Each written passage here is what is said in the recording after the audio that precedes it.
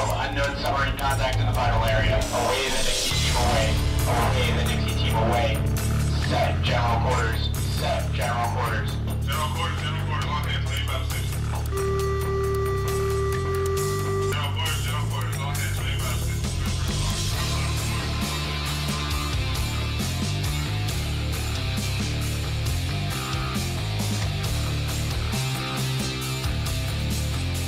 Woohoo!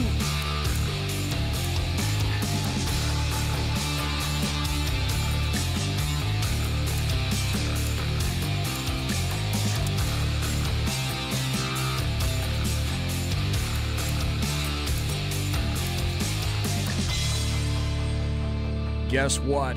It's What? the Sackheads against tyranny. Ladies and gentlemen, boys and girls, Clint and BZ tear through the gristle of today's screaming headlines. We rip out the sinewy tendons of truth ensconced within. All from the hoary streets of Sacramento, Fornicalia, exposing the trembling toadies, the sniveling jackanapes, and the fripperous fopdoodles infesting leftist and progressive ant farms nationally. That's our job. Damn it, mister. We do it well. Right here on the SHR Media Network. By the way, I gotta say one thing. Thanks for the Diet Pepsi. You're welcome. Monsieur. You're welcome. It's the least I can contribute when I stroll in here at 2 minutes before the go time. And as I used to tell my lieutenant, that's the least I can do because that's the best I can do. Right. So it's the least I can do, as you well know. So that comes. So it's the least I can do. No surprise. To at least bring you a Diet Pepsi. Right. And arrive 2 minutes before go time, as opposed to 7 minutes before go time. Hey, but look at it this way. Over on the board to your left, my right, at least we've got a sampling of topics with which to choose. We do. I have a couple samplings of topics myself as well to bring to the table. And that would be outstanding. But before you sat down, or as you were, I should say, as you were sitting down, you happened to say that you have a story. And as everyone knows, I love your stories. I love them. I'm gonna have a news story for you this time. Oh, Actually, you mean a news story? I haven't. God dang it! Do you want? Okay. Do you want to? Oh man, I wish I could tell you this story. Okay. I have to tell you. I have to tell you. Okay. Okay. I have to tell you this story. Tantalize the people that are listening and watching. I have to tell you this. I have to tell you this story off air. I wish I could tell it to you on air, but I cannot. You tell have to tell it to you on some air. Names must be changed to protect some names protect the guilty. Correct. Yeah. I look. I had a, and I'll tell you the full story when I'm off air, BZ. But I will tell you this: I had an excellent conversation yesterday. So I was in. Is it funny? That's all I want to know. Is it at least funny? It's or not humorous. It's not. No, it's not actually. I apologize to that I'm going to let some folks down here. Does somebody get really hurt and injured at the expense of comedy? No, not at all. I know, but it actually was a story that gave me.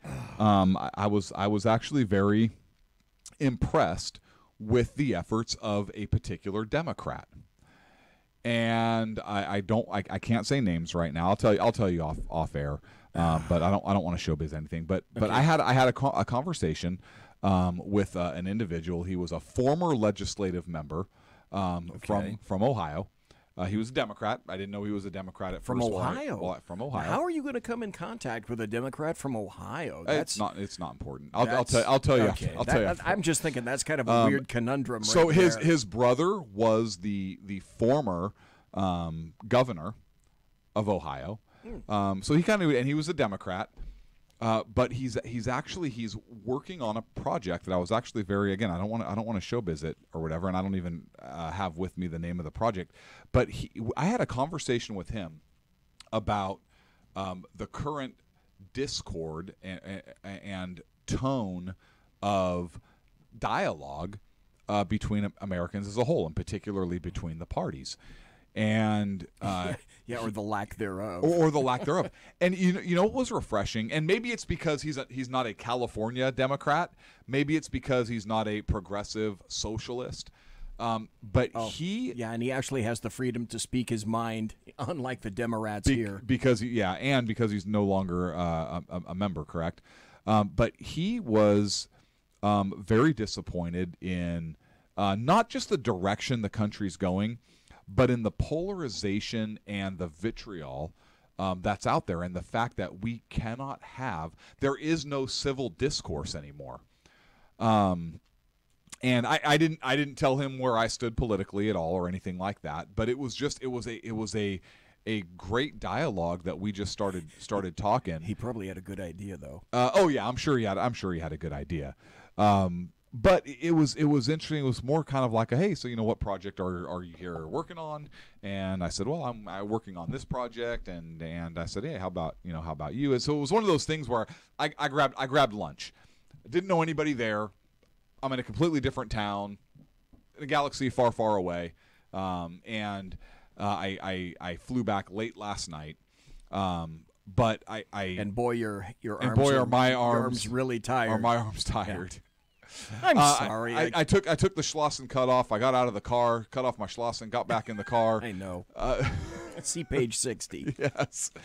But anyways, so I was getting lunch, and so I guess this is turning into a story, but it's not a funny story. It's actually kind of a refreshing story, I guess. And I think wait a minute. You are telling it. You're telling it. I am. You are telling the story that you said that you weren't going to tell. But I'm not giving the entire context, and I wish I could. So I say, is anybody sitting here, by myself, kind of eating lunch? I didn't tell him that, but he was kind of sitting by himself, like one seat kind of diagonal from the empty seat I wanted to take. And he said, oh, please, by all means. And so I sat down, and he's kind of eyeing my credentials, and I'm kind of eyeing his credentials. I'm eyeing his credentials. And he says, so I like the cut of your jib, my man. He says, so.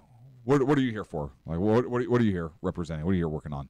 And I tell him, and kind of a little gruff, it was great, like crotchety old politician, right, who's used to having all the power and the answers. And I said, well, here's my pedigree, kind of. Here's why I know what the hell I'm talking about. And he said, oh, okay. I think his exact words were something to the effect of, and what do you think makes you an expert on that, or something like crotchety like that? And I said, oh well. Yeah. Okay, well, actually, I do know how you responded to that. I did. I said, well, let me tell you, since he asked. And he was like, oh, okay, wow, that's pretty impressive. I said, thank you. And so I said, hey, how about you? What are you here working on? He ends up telling me, and he ends up in a pretty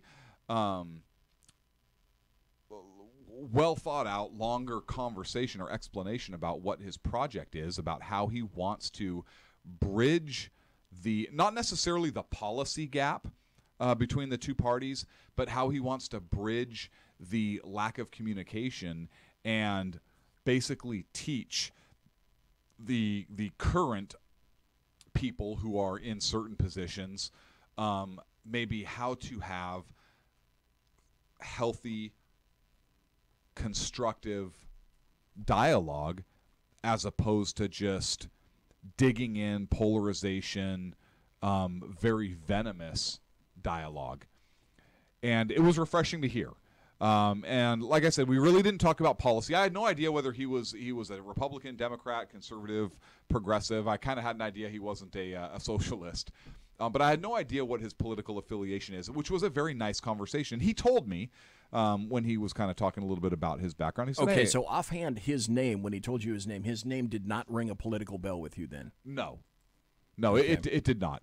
The only reason I knew who he was is because on his credentials it listed his name and kind of where he was in terms of his position or former position, if that makes sense. And okay, that's right. really all I kind of knew about him. So he wasn't like he wasn't patting himself on the back. He wasn't a braggart or anything like that. But it was actually I said, and I actually thanked him for working on a project that I believe is lacking today in American politics, at all levels, the local level, the state level, the federal level. I said, hey, you know what? I said, I want to thank you for the project that you're working on. I think it's very, very important today. And I think he could tell that I meant it. And he took that. I could tell by his reaction. I don't think that these folks are used to being sincerely thanked for something. Well, I wonder how that came to be. And yeah, well, and he looked genuinely appreciative of the compliment. And look, the fact that you have a Democrat, Republican, any party, but the fact that you have an individual, he happened to be a Democrat in this case, who's working on a project like that, actually restored a little bit of faith in me, inside me personally, in not just the Democratic Party. I was happy to see that there's that movement within the party, within that party. I do not want a two-party system where it's Republicans and socialists. Friggin' dangerous. But I was happy to see that there is that movement within the Democratic Party. I'm happy to see that there's that movement at all. And to be honest with you, I was a little, and maybe this movement exists somewhere in the Republican Party, or a Republican is starting this somewhere. Maybe there's a Republican that's partnering with this individual in this endeavor. So my caveat is I do not know. I do not have that information. But I was very impressed by the fact that how he spoke about his disappointment in I don't want to say both parties, but in individuals within the parties, and specifically current elected members. And it was across the aisle. He wasn't blaming any one side or the other. So it was nice. I guess it's my long-winded story. It's not a funny story. I apologize. But it was pretty good. It was nice to see. So I figured I'd share that with you. Okay, here's my looking askance eye. Okay. Like you're incredulous, like you don't believe. I'm not. I'll believe that when I see it. So I can tell you that I know it's a good project because of the venue that this was in. It's legitimate, and that was his purpose for being in this particular location. Okay, now that part I get. I understand that. But did he? The devil's always in the details. So what did he hint at any way that he plans? In other words, okay, nice goal, cool, great, wonderful. How the hell are you going to do that? So it was actually a workshop that my understanding of what he was doing was it was a workshop where he was able to, or is attempting to, work with the individuals and getting the information kind of out there. Specifically, what's his plan look like? We didn't get into those specifics, but I'll tell you, the fact that he was actively working on something, the fact that he was he was where he was, and that was his mission, which was confirmed by documentation, which means given this particular venue, I was impressed. So it's going somewhere, or at least it's gaining traction, and there is a push in certain circles to let it go somewhere, or to help it go somewhere. And I give you more information after the break for where this was and so forth. I don't want to get into it on the air right now. I know where it was. I just didn't know the specific venue. But like I said, the devil's always in the details. And the other thing is, good on him for having that idea, and good on him for introducing it into the ozone and saying that I'm willing to be, I am a willing accomplice in trying to shake hands across the aisle these days. Wonderful. Okay. The first people he should be talking to are those on his side of the aisle. And yeah, probably. But look, is there some on our side of the aisle that espouse a bunch of garbage? Of course there are. So personally, I really don't care where he starts. Yeah, my personal opinion is I believe he should start on his side of the aisle, because I believe there's more of that coming from the left, for sure. God, yes.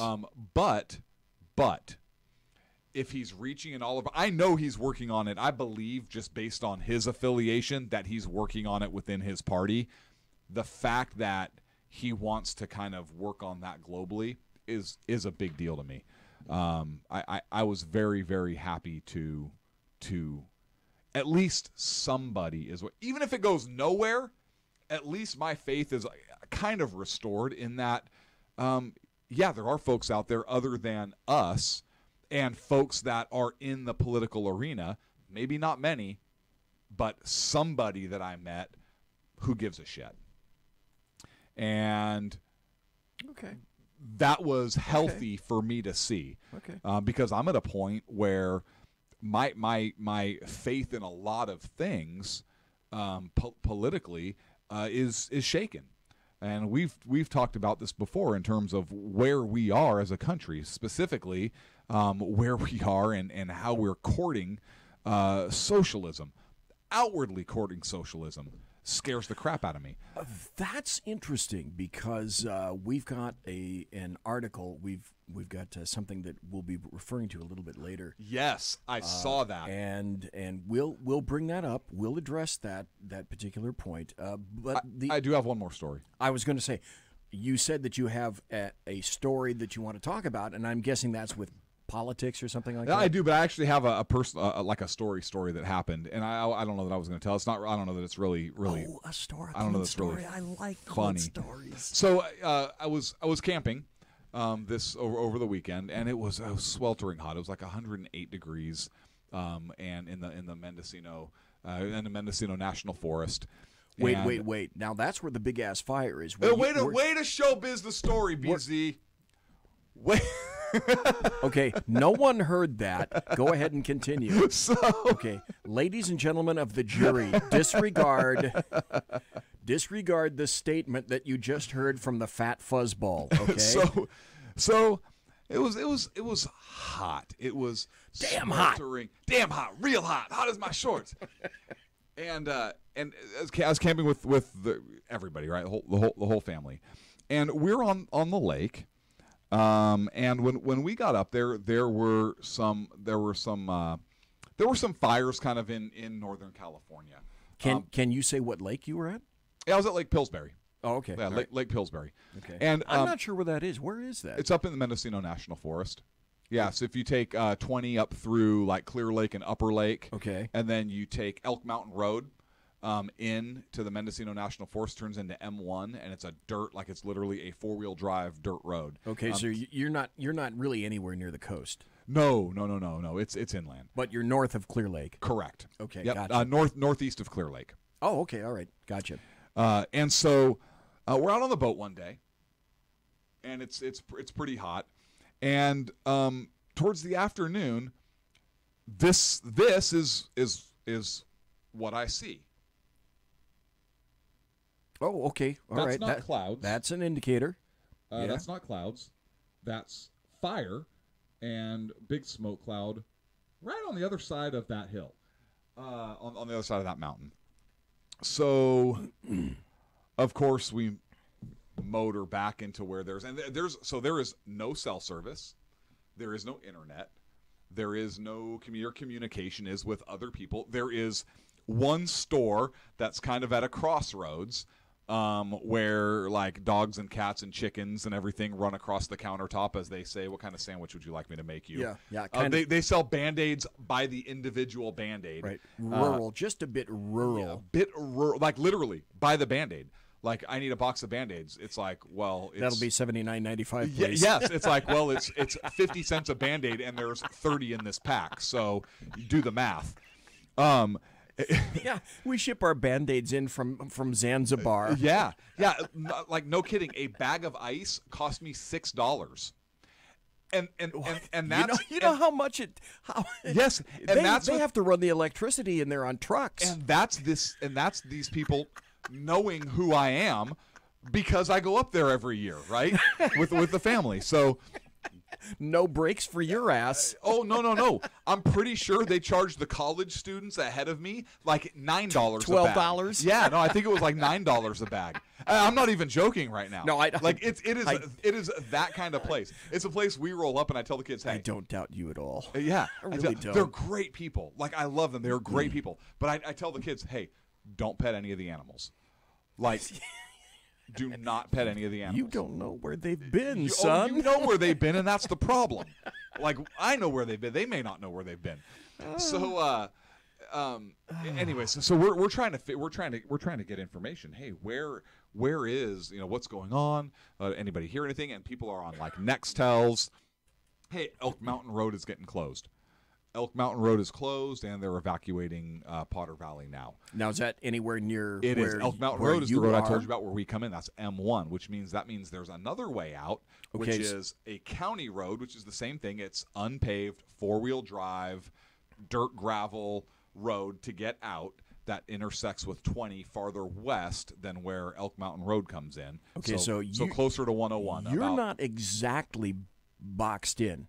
Not quite. Not yet. No. And there's one other way out, but it's like I think it's 97 miles of unmarked fire trail. Holy crap. To get into Williams, out the other side of the of the national forest. And now you're talking, oh man, do we have gas? So we actually had a serious conversation about, okay, hey, so what kind of resources do we have here? Okay, we have enough water, probably. Okay, that's good. We have some food for a couple days, but we have fishing gear. We know how to fish. There's bass in the lake. Like, we know how to fish. We can pull food if we have to. Like that's okay. Worst case scenario, we eat fish for several days. I usually have a few MREs with me, and stuff. So Okay, we'll be okay. We may be a little bit hungry, but we'll be okay. We'll have enough to sustain us. And so we start having this conversation.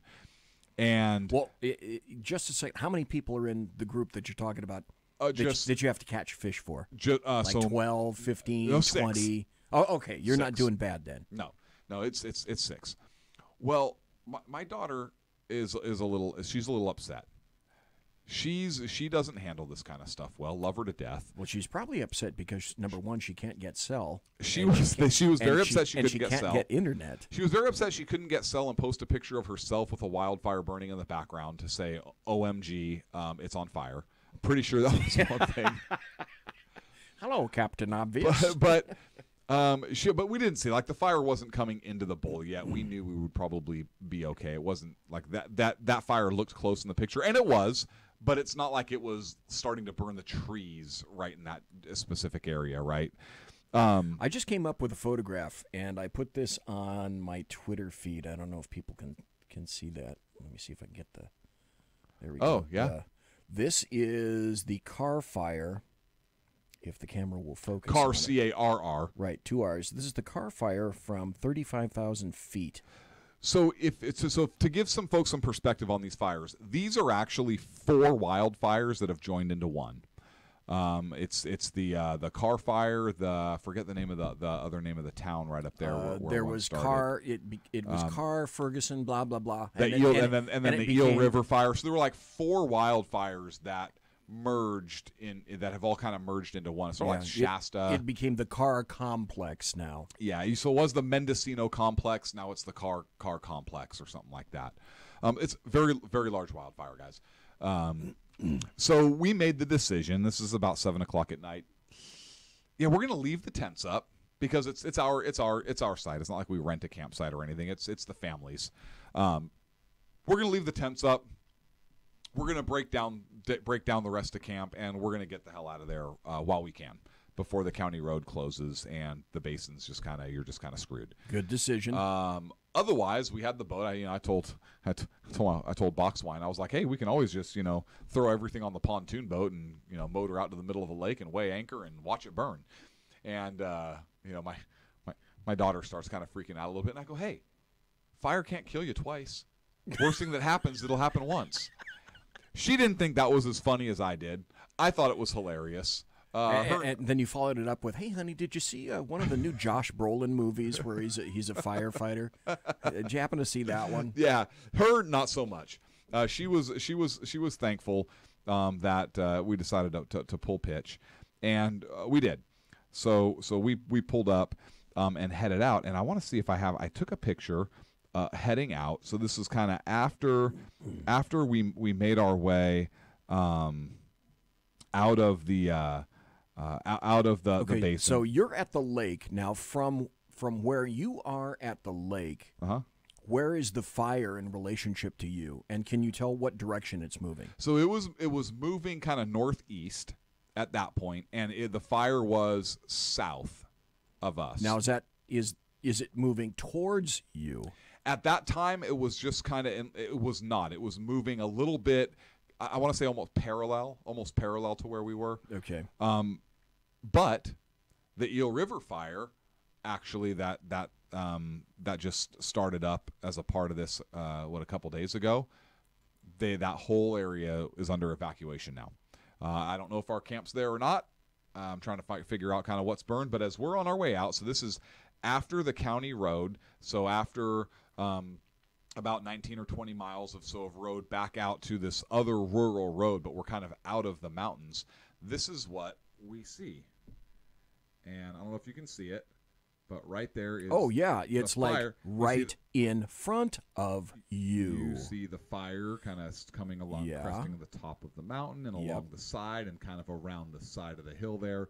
And so for the folks that don't know, the green, that's trees. And Yes. the light stuff, that's brush. And both of those things burn like bastards. Yeah. So if you think that the light stuff is just earth and, hey, no problem, no, that's going to be brush and grass, and it's all dry because in California right now, there is no humidity. Yep. None. And Zip. there's Zero. And there's no water because the Democrats won't allow us to build. Anyways, that's a whole different story. Yeah. So this direction right up here, the lake is right back in here. Okay. So that kind of gives a little bit of Now, the road that you're on and where you're taking that from, and considering the photograph, does that road go towards that fire? So we're kind of bypassing like this, if that makes sense. So we're coming out of where the lake is, and the fire's kind of moving this direction. So we're almost doing that. At that point, we're kind of just outside of where the fire would be coming and kind of skirting it. And then we ended up heading west on 20 about 4 or 5 miles until we hit 101. And then, the Hopland fire, that was the other one. We headed south on 101. There you go. Through Hopland. But that was the Hopland fire was still east of us. We went south through the town. And we went, so instead of taking Highway 20 back through Clear Lake, which is how we get back to where we needed that's to be. how I get to Fort Bragg. That was gone, or not gone, but closed. So we ended up having to take 101 all the way down around through to 37, all the way back. Oh yeah, over. you went down through Petaluma. Yeah. Then you went into. You had to go back into Napa through Napa. Yeah, so it turned a 3-hour jaunt into about a 4.5-hour jaunt. Right. By going out of the way, but that's okay. I'd rather, honestly, if it were BW and I, we probably would have stayed an extra day or two, and we could have gotten out if we had to, or go out into the water. Not a big deal. But with the kids, just not worth. I have to ask you a question. How close have you ever been to a wildfire?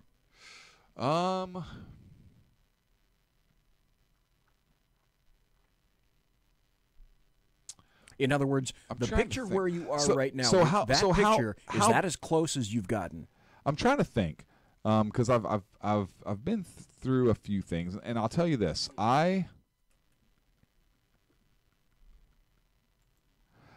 that may be a wildfire that's burned like 98,000 acres, like this one, or just like a large brush fire, large wildfire. Well, any fire. I've been very close to some fires. In which trees, a bunch of trees, or a lot of combustible material is really going. Yeah, on. I've been really close to some of that on some closures and stuff. I've been close to some of those. I think this one is probably the closest I've been to one that was like 0% contained.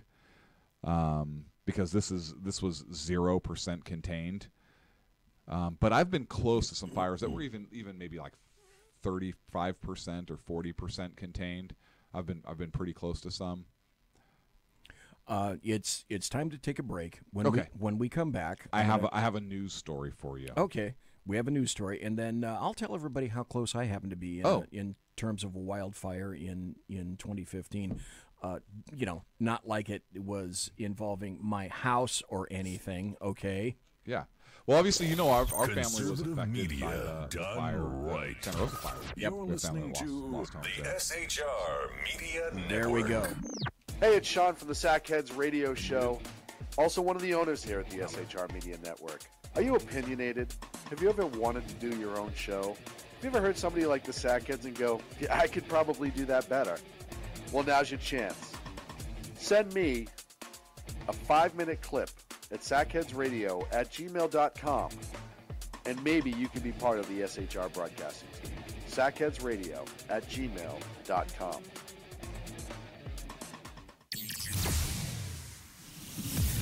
Broadcasting behind enemy lines in occupied California, a mere 2 miles from the state capitol, the bloviating Zeppelin's Berserk Bobcat Saloon Radio Show can be heard every Tuesday and Thursday night at 8 p.m. Pacific and 11 p.m. Eastern, only on the SHR Media Network. Go to shrmedia.com to listen. You can also watch on the SHR Media Facebook page and the SHR Media YouTube channel. No goldfish were abused in the making of this ad. When dirty politicians, shadow governments, and deceptive Islam blind the world with fake stream media smoke, their only fear is one man with a cane. I'm Dave Milner. Join me through shrmedia.com, highplains.talkradio.com, and the Western Free Radio Network at Spreaker, YouTube, and iTunes for a different perspective weekly on the Unpleasant Blind Guy. And catch me on Jeff Mitchell's EDL Radio on blogtalkradio.com. There's no surrender ever. Because truth is not always pleasant. Hey guys, it's Sackhead Clint. I'm excited to tell you about a brand new show here on the SHR Media Network. I'm teaming up with the one and only all-powerful, the bloviating Zeppelin, sitting here to my left, bringing to you a fresh new show here on the network. It's Against Tyranny, and we'll be picking up where the Sackheads left off. Excited to be with you, sir. Sackheads against tyranny. We're gonna chat. We're gonna chat Wednesday nights. S-H-A-T. Sackheads Against Tyranny. Wednesday nights, 11 p. Oh, it's the same time, right? 11 p.m. Eastern, 8 p.m. Pacific. Same sack time, same sack channel. Yep. SHRmedia.com. See what I did there? It's your business diva here, Melanie Collette. I am inviting you to a front row seat as I discuss some of the most intriguing details of wealth and finance with today's movers and shakers in the world of business. Listen in and discover financial truths on a global, domestic, and household scale. Uncover topics that will impact your wallet today and in the future. Money Talk with Melanie airs Monday through Friday, 5 p.m. East, 2 p.m. West, right here on SHR Media and High Plains Pundit Talk Radio. You can't afford to miss it. Human by race, Christian by faith, American by nationality, and conservative by choice. Reverend Ralph J. Chittum Sr. is the right guy on SHR Media from 8:05 to 9 p.m. Monday through Friday. And if on the rare occasion I am ever wrong, I will still always be right. The right guy on SHR Media. Hey, this is Michael Wright. And I'm Shannon Wright. Join us for The Right Way with Shannon and Mike, Monday through Thursday from 7 to 9 a.m. right here on SHR Media. Why are they joining us? For fun things like sports, politics. Oh, maybe some news and entertainment? And all kinds of other things. Money and recipes and events, all kinds of stuff. Yeah, so join us Monday through Thursday, 7 to 9 a.m. here on shrmedia.com. Hey, BZ. So the plan's working. You got rid of Sacco. Sean is now stepping away. I never even saw him. And I know, and insidious. Insidious. You know, we talked about this for, a good, for the last 3 years. And finally coming to fruition. You know I'm still in the room, right? It's almost like he's here still. Did you hear that? Yeah, it's kind of... It's amazing. It's kind of... at you. It's kind of eerie. Poltergeist. Like a poltergeisty thing. Yeah, Sackheads Against Tyranny. You're listening to the SHR Media Network. Ladies and gentlemen, boys and girls, we are back.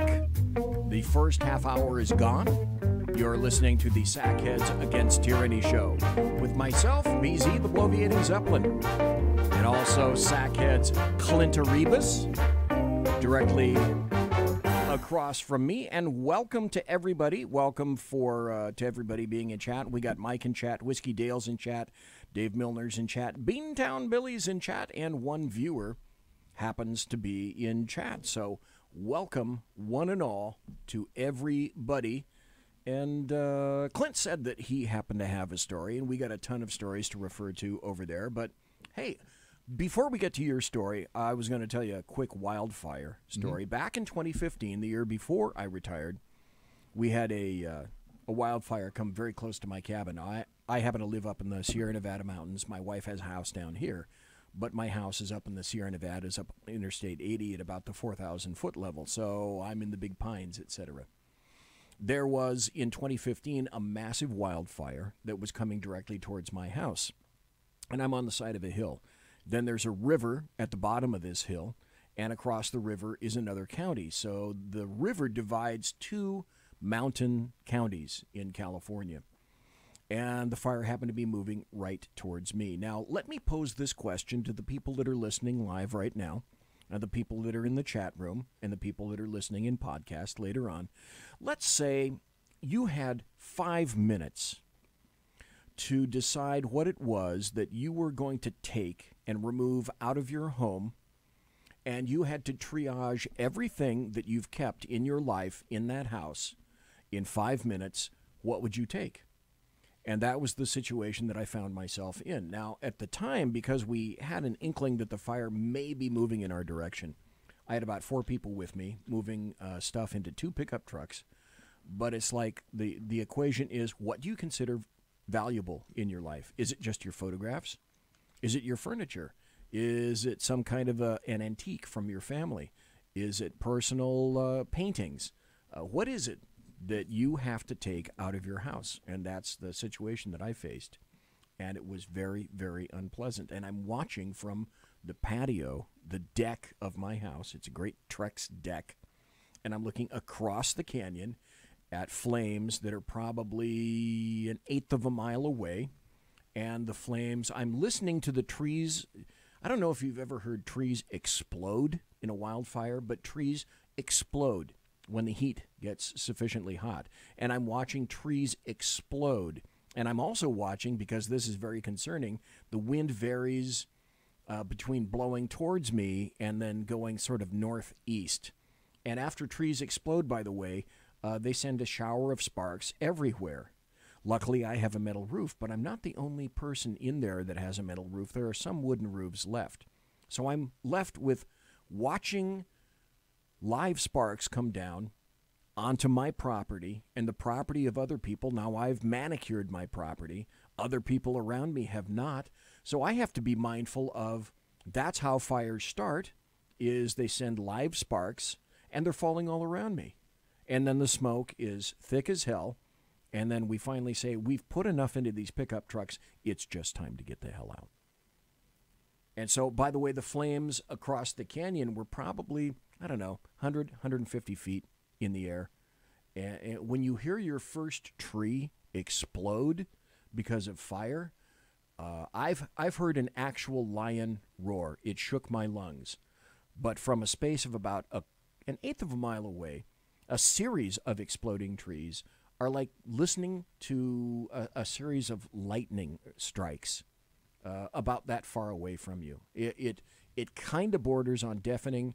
And I don't know anybody that wouldn't need a change of underwear after watching and listening and experiencing through all your senses a situation like that. I've been frightened before by men, people with guns, etc. That's probably the worst fright I've ever taken. And like you found out, timing is everything. And I got out of there. Luckily, there are tankers from Auburn, the Auburn airport, which is down below me, and they had a lot of tankers and equipment up there very quickly, and because it was moving towards a populated area, we got a lot of tanker activity and a lot of helicopter activity, because they had lots of wire. The reservoir, there's a big reservoir down below, and there's another lake that they access to if they want to dip the big water bags, etc. So I lucked out. I got to tell you, I lucked out. You did. And a free bath. You got a free bath, too. Because you stood underneath all the water. Right. I didn't important. get a free bath, but I will tell you this. A long time ago in a galaxy far, far away, when I was working for KFBK, before Morton Downey got there and before Rush Limbaugh got there, I got sent by KFBK to go up to cover a fire in Placerville, and it was another wildfire. So I was standing in the middle of Highway 50 with my cassette recorder, and I was talking to other people watching the fire, and the fire is arcing towards me. And it's about maybe a half a mile away, and I can see it on the top of some ridges. And then I hear, and a big plane flies over about 100 feet above us on Highway 50. And I think, wow, that is really cool, until I got hit with about 75,000 pounds of that orange slick fire retardant, which went all over me. It's viscous as hell. It's chewy. It's gummy. It's nasty. And it killed my tape recorder. I'm sure it did. And no offense, but it couldn't have happened to anybody better since you were media. Now that's some funny shite. Yeah, that made my day. Yeah. Okay, time to get down to business. What's the date today, by the way? It's August the 1st, the first day of August. So this came about for immediate release, July 31st, 2018. Okay, yesterday. It's a press release from Alex Padilla, California Secretary of State. Alex Padilla? Correct. And I would like to get your take. I'm going to read the entire press release because it is worthy of release. It's about a page. Okay, well, you're about to tell me a story that apparently I am completely unfamiliar with. I thought this was the case. Yeah. So, okay, this will be new to me. So this is directly hot off the press from the Secretary of State's office himself for immediate release, yesterday's date. Sacramento. Today, California Secretary of State Alex Padilla unveiled census2020.sos.ca.gov, a new web portal that will provide news. SOS. Secretary of State. Oh, okay. I thought they meant. No, Secretary of State. Okay. A new web portal that will provide news and resources for Californians leading up to and during the 2020 census. Okay. As the first resource offering, as the first resource offering, the portal will provide a link to help interested Californians officially submit their public comment on the 2020 census through the Federal Register. The U.S. Census Bureau public comment period ends Tuesday, August 7th, 2018 at 11:59 p.m. Eastern Standard Time. Quote, by the way, I'm quoting this entire letter, but in this letter, in this press release, there's a quote. So, quote, the stakes of the 2020 census are incredibly high for all Californians. Secretary of State Alex Padilla said, quote, for decades, census directors under both Democratic and Republican administrations abided by department policy, and did not include a citizenship question. The Trump administration's decision to include a citizenship question on the 2020 census completely disregards science and proven methodology. Jesus. I urge all Californians to speak out and submit a comment, not submit your comment, not submit any comment you'd like to address the government, but submit your comment urging the exclusion of the citizenship question. So they're not providing you this portal as a means to express your opinion as a voter. No. This portal is so you can express their opinion. Yes. It's not your opinion. Correct. It's all about their opinion. You need to buttress up us. So you need to support us. Yes. Let me continue. So, because I want to get your full take on this, because I have a feeling you're going to blevy and I'm just going to watch the fireworks. Continuing, quote, the Trump administration has clearly chosen to question the citizenship of every person in America in an effort to discourage diverse communities from participating. A census undercount would cost California its rightful share of billions of dollars in federal funding, as well as our due representation in Congress. On March 26, 2018, the Secretary of Commerce agreed to an alleged, in italics, in this press release from the California Secretary of State, alleged Department of Justice request, and announced the last-minute addition of an untested and unnecessary citizenship question on the 2020 census. On March 29th, the Census Bureau formally submitted the questionnaire to Congress with the citizenship question added. California immediately sued to challenge the addition of the question. I'll hold my tongue too because I'm about to blevy on that. Let me repeat that so that you guys can understand. This is a something that is required by the United States Constitution. It's required of the federal government. It is a federal issue. Let me read you this sentence again. California immediately sued to challenge the addition of the question. Recently, however, documents made public through a public records request suggest that Commerce Secretary Wilbur Ross pushed the addition of the citizenship question, contradicting the Trump administration's previous claims. Quote, "It's simple. For the census to fulfill its purpose, it needs to count every person," Lieutenant Governor Gavin Newsom said. Quote, "The Trump administration's willingness to jeopardize the integrity of the census threatens democratic representation and millions in health, education, and infrastructure investment that are vital to all Californians. I commend Secretary Padilla in fighting for our state, and I urge everyone to take action by using this website." And then it ends with follow the California Secretary of State on Twitter and Facebook. Well, so you were unaware of this? I was aware of the issue, but I was not aware of California's response, although I do have to state unequivocally the response of California is to be expected. It is, but here I have my first question is this. What is the purpose of the California Secretary of State? The Secretary of State. That's a good question, and you would probably know better than I. The Secretary about of that. State has nothing to do with census. Nothing. It's voting. The Secretary of State's office deals with voting. The only thing they use census for, as opposed to the government Secretary of State has nothing to do with that. Correct, and you have to be a U.S. citizen to vote. But I do have to say this.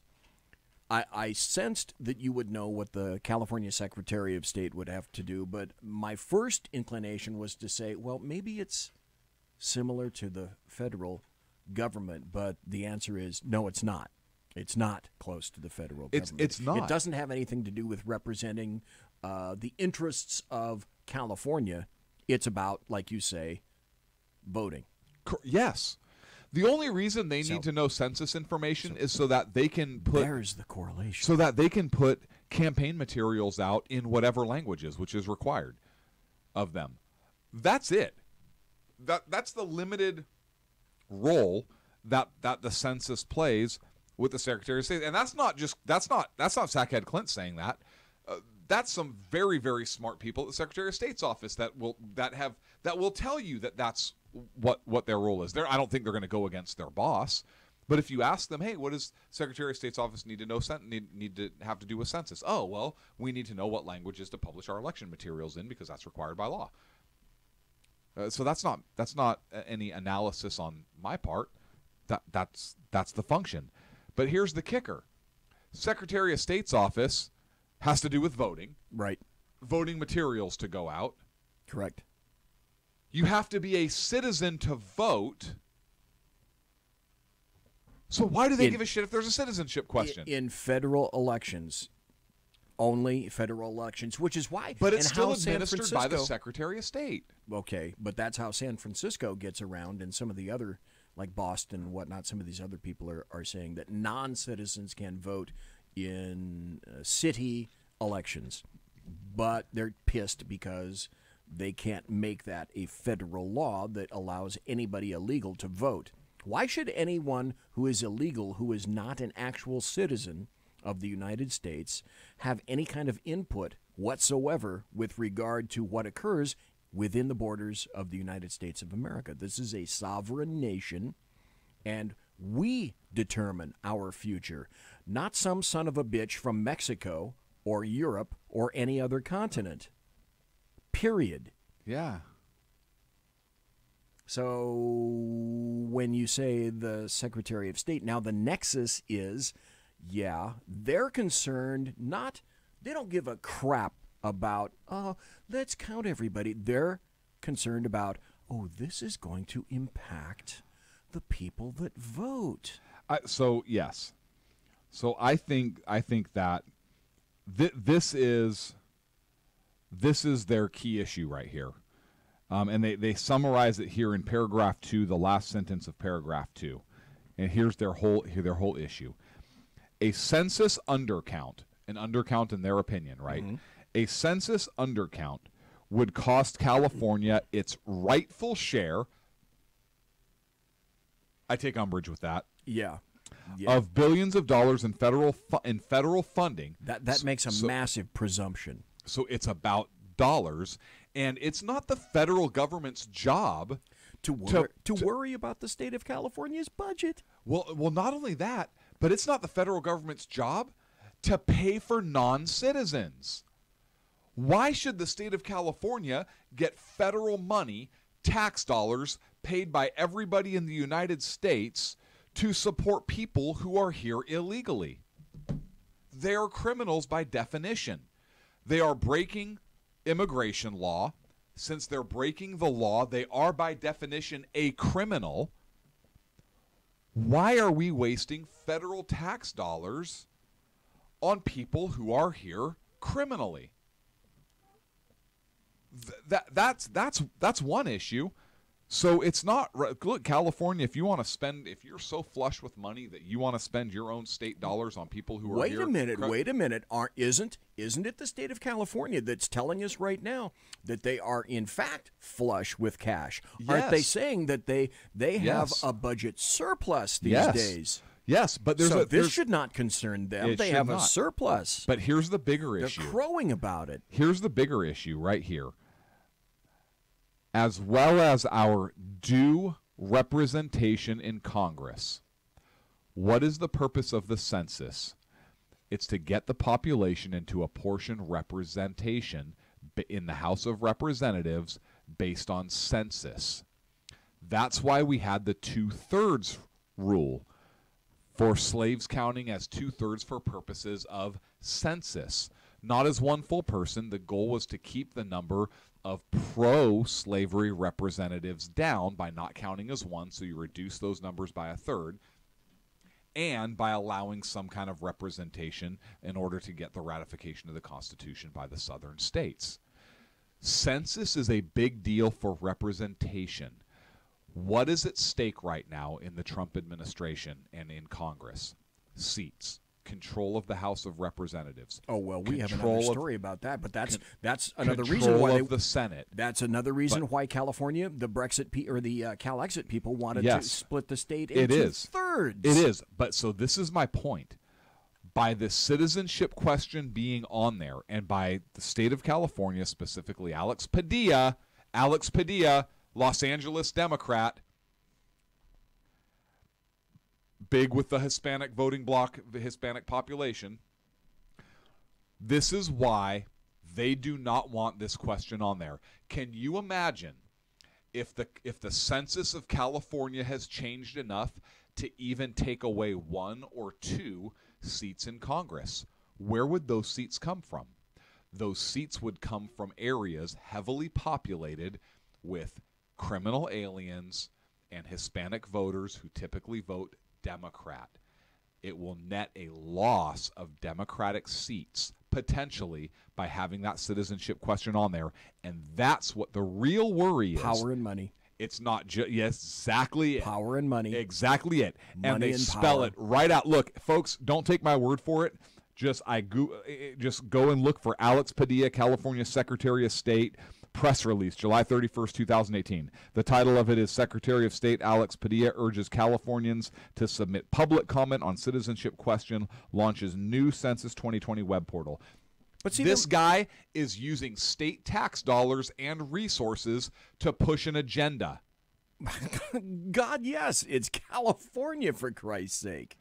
Can you imagine if a Republican had that? Oh, they're making a massive presumption, though. Also, the presumption is that if in Hispanic household, it doesn't have to be Mexican. It can be, I don't know, pick a household of Chilean. Of Chileans or something like that. But getting a piece of paper in the census, that is indicative that everybody there is going to be untruthful, and they're not going to fill it out. And they don't want to be Americans, and they're not going to be truthful. So that's the presumption that they're making, that they're quaking in their little boots with fear. I think the presumption they're making is that people are going to fill it out honestly, and they're going to check the I'm not a U.S. citizen box. Because they're going to be afraid. That was my point. Yeah, what happens? But when they're they going to check the citizen box. When they do check the box that says I'm not a citizen. But that's the thing. They're going to. So is the next push with state tax dollars going to be just lie to them? Yeah. Well, it's of course it is. It's an if-then equation. If they check that box, then that means that there are fewer number of persons that are legal in California, like you say, and that minimizes the amount of power and control that California has over its citizens. You're precisely correct with that. I read that, and I almost lost my mind. Do you see how craven that is? Of course I do. That's incredibly craven, of presumptive. Course I do. It's just... I played this last night, and I got to play it again, because these are some of the representatives that you have that are this brain-glazingly incredibly stupid. This is some chick in Congress talking on C-SPAN, and she's talking to somebody from, I think, ICE or DHS about illegals. And essentially, if you listen closely, what she's saying is she doesn't know that being an illegal is a criminal violation and or can be a civil violation as well. Listen to this. Mr. Albans, would you send your child to FRCs? Again, I think we're missing the point. These individuals are there because they have broken a law. There has to be a process. They have broken a law only as deemed so by the president with his... No, ma'am. They're there for violation of... She thinks the president created this separate law delineating certain personnel as illegal.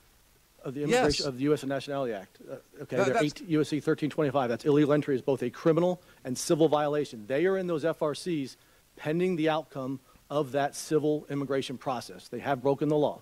Well, these are mainly, my understanding is that under zero tolerance, these are no longer civil proceedings, but in fact, were criminal proceedings. They are criminal. They were both. They were criminal proceedings when the Border Patrol prosecuted them, but at the conclusion of that process, once the individual came into ICE custody, they would go through administrative proceedings.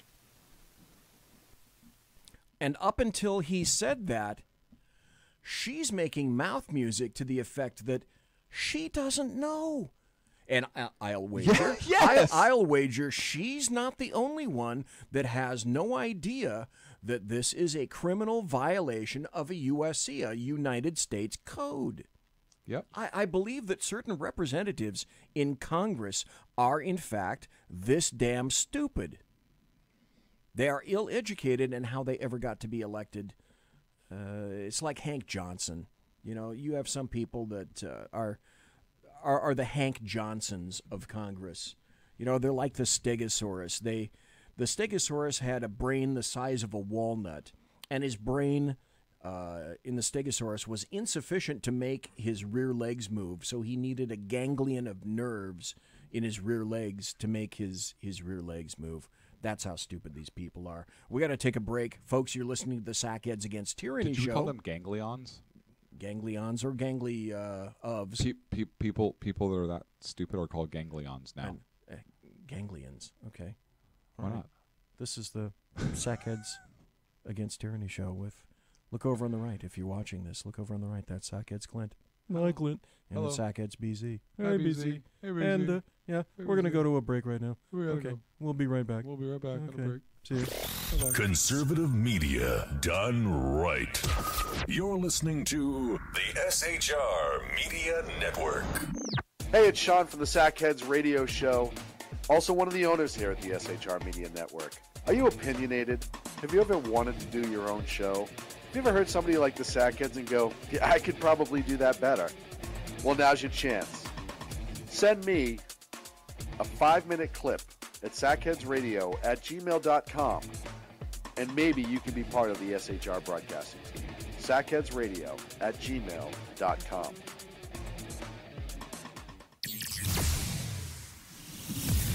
Broadcasting behind enemy lines in occupied California, a mere 2 miles from the state capitol, the bloviating Zeppelin's Berserk Bobcat Saloon Radio Show can be heard every Tuesday and Thursday night at 8 p.m. Pacific and 11 p.m. Eastern, only on the SHR Media Network. Go to shrmedia.com to listen. You can also watch on the SHR Media Facebook page and the SHR Media YouTube channel. No goldfish were abused in the making of this ad.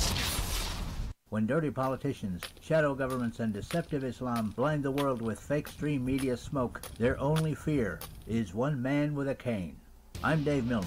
Join me through shrmedia.com, highplanestalkradio.com, and the Western Free Radio Network at Spreaker, YouTube, and iTunes for a different perspective weekly on the Unpleasant Blind Guy. And catch me on Jeff Mitchell's EDL Radio on blogtalkradio.com. There's no surrender ever. Because truth is not always pleasant. Hey guys, it's Sackhead Clint. I'm excited to tell you about a brand new show here on the SHR Media Network. I'm teaming up with the one and only all-powerful, the bloviating Zeppelin, sitting here to my left, bringing to you a fresh new show here on the network. It's Against Tyranny, and we'll be picking up where the Sackheads left off. Excited to be with you, sir. Sackheads against Tyranny. We're going to chat. We're going to chat Wednesday nights. Sackheads Against Tyranny. Wednesday nights, 11 p.m. Oh, it's the same time, right? 11 p.m. Eastern, 8 p.m. Pacific. Same SAC time, same SAC channel. Yeah. SHRmedia.com. See what I did there? It's your business diva here, Melanie Collette. I am inviting you to a front row seat as I discuss some of the most intriguing details of wealth and finance with today's movers and shakers in the world of business. Listen in and discover financial truths on a global, domestic, and household scale. Uncover topics that will impact your wallet today and in the future. Money Talk with Melanie airs Monday through Friday, 5 p.m. East, 2 p.m. West, right here on SHR Media and High Plains Pundit Talk Radio. You can't afford to miss it. Human by race, Christian by faith, American by nationality, and conservative by choice. Reverend Ralph J. Chittum Sr. is the right guy on SHR Media from 8:05 to 9 p.m. Monday through Friday. And if on the rare occasion I am ever wrong, I will still always be right. The right guy on SHR Media. Hey, this is Michael Wright. And I'm Shannon Wright. Join us for The Right Way with Shannon and Mike, Monday through Thursday from 7 to 9 a.m. right here on SHR Media. Why are they joining us? For fun things like sports, politics. Oh, maybe some news and entertainment? And all kinds of other things. Money and recipes and events, all kinds of stuff. Yeah, so join us Monday through Thursday, 7 to 9 a.m. here on shrmedia.com. Hey, BZ. So the plan's working. You got rid of Sacco. Sean is now stepping away. I never even saw him. And I know, and insidious. You know, we talked about this for, for the last 3 years, and finally coming to fruition. You know I'm still in the room, right? It's almost like he's here still. Did you hear that? Yeah, it's kind of. It's amazing. It's kind of at you. It's kind of eerie. Kind of a poltergeist. Like a poltergeisty thing. Yeah, Sackheads Against Tyranny. You're listening to the SHR Media Network. You're in the second hour now. Sackheads Against Tyranny. It's all downhill from here, BZ. That's right, it is. I am Sackhead BZ. That is Sackhead Clint. That is Sackhead Bobcat. And we are the Sackheads, and we are against tyranny, live and direct right here on the SHR Media Network. We got a ton of stories. The SHR. SHR. Wait a minute. Let me find this. I know I've got one here. Let's see. Where shall I put it? Okay. Here Ready? we go. Yeah. Hang on. Ready? Okay. All right. We're on the SHR Media Network. R Media Network. SHR. Stay still just for a second there, because that's going to make it into a promo picture. Okay, there you go. Look right at the camera. Okay, perfect. I'm going to cut that. That's going to be in the blog post for tonight, that picture. Okay, good for you. All right, so we've got a ton of stories over there on the board. What would you care to go into, dear Sackhead Clint? I will take Trump tweets about Mueller for 100. Okay. That's an excellent choice, sir. So the big question is, maybe I should, or do you want to just take the thing and run with it? Just go ahead and take it and No. Run. I've been talking a lot the first hour. I've been talking a lot. How about So this is you. You go. How about I introduce it, and then, of course, naturally, because this is your nature, you just weigh in on it. How about that? This is not. Go. Okay, here we go. Trump sent out a tweet earlier this morning to Attorney General Jeff Sessions, and he said essentially he wants to stop the Mueller probe. And I think the tweet said something similar to, Attorney General Jeff Sessions should stop this rigged witch hunt right now. Bob Mueller is totally conflicted, and his 17 angry Democrats that are doing his dirty work are a disgrace to the USA. Well, having said that, what would you guess, sir, was the reaction, the Mark I Model 1 reaction to that tweet? He's obstructing justice. That's right. So the big question, the overarching question is, and it's laughable, it's ludicrous, and no, that's not a rapper, it's actually ludicrous. So ludicrous speed. I know. Some people are saying that, okay, this is most def obstruction of justice.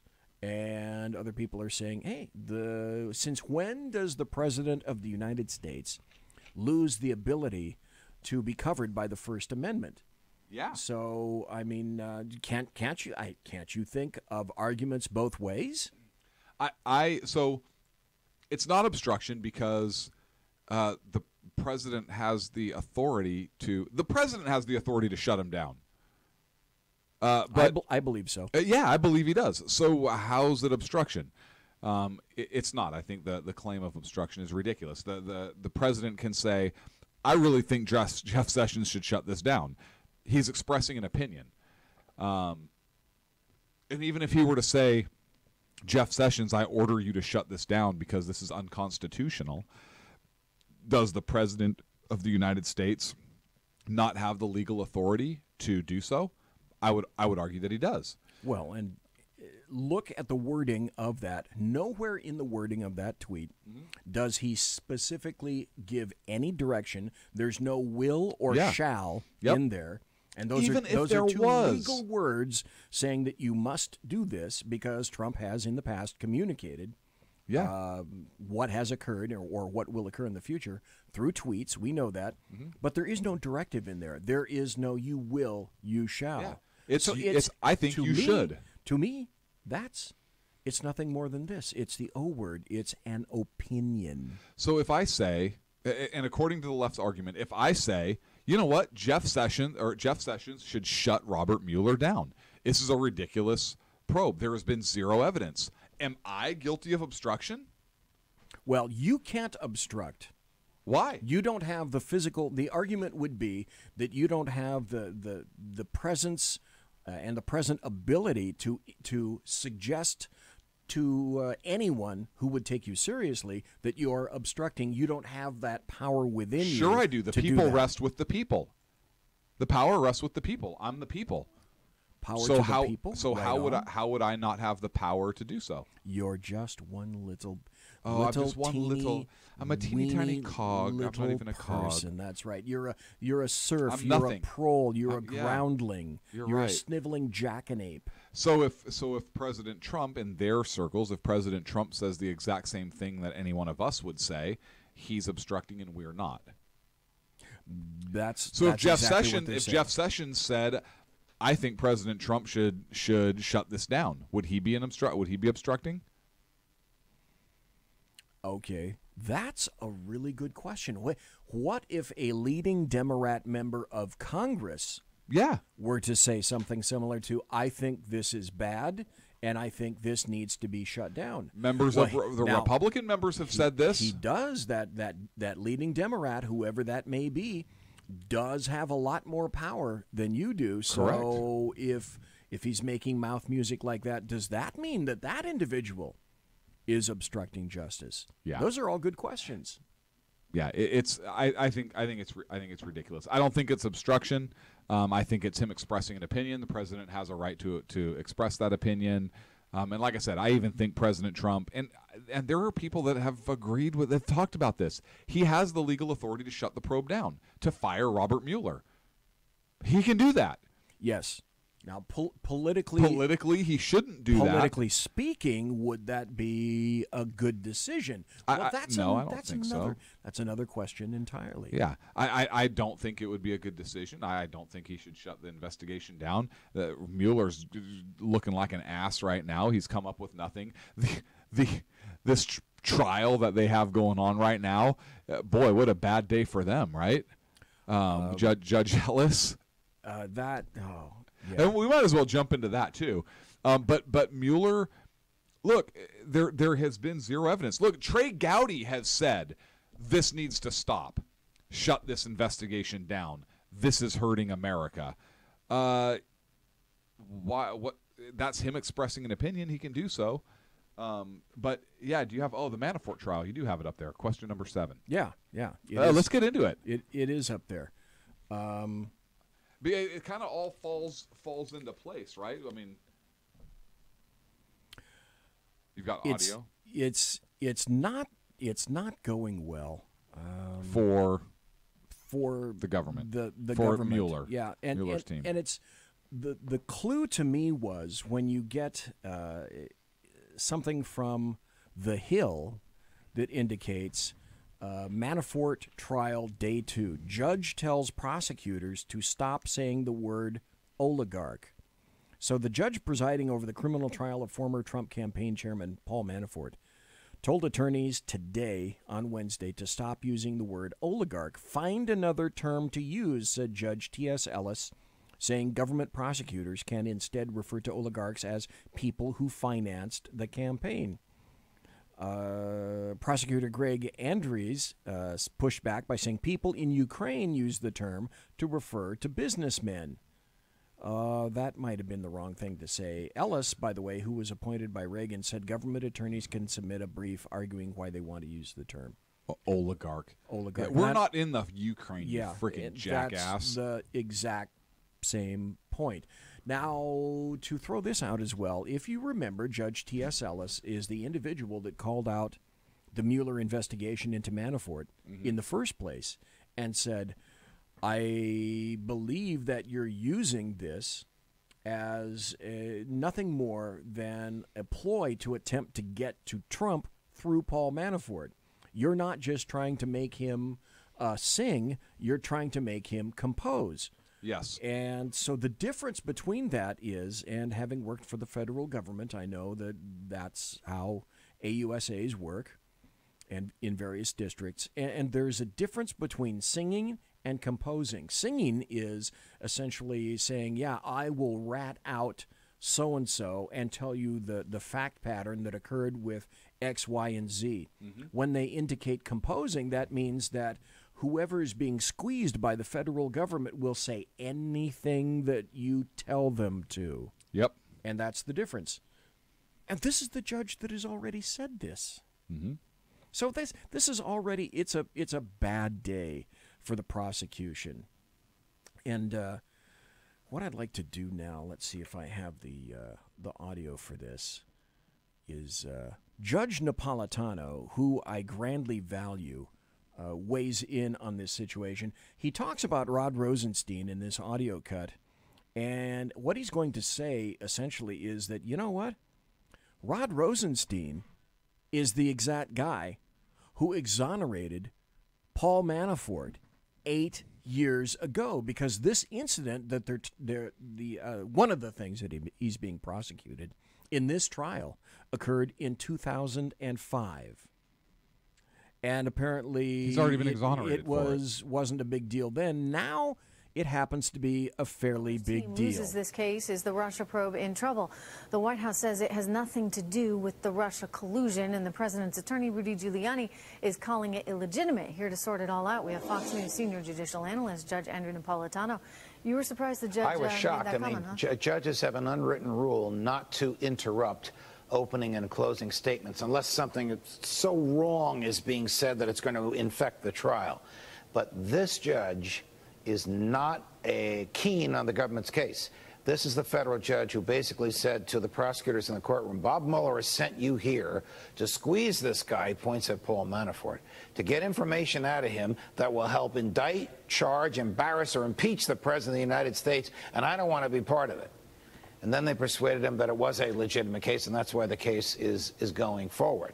So there's two arguments here. Okay. One is the judge is right. The only reason they are prosecuting Paul Manafort is because they want him to trials.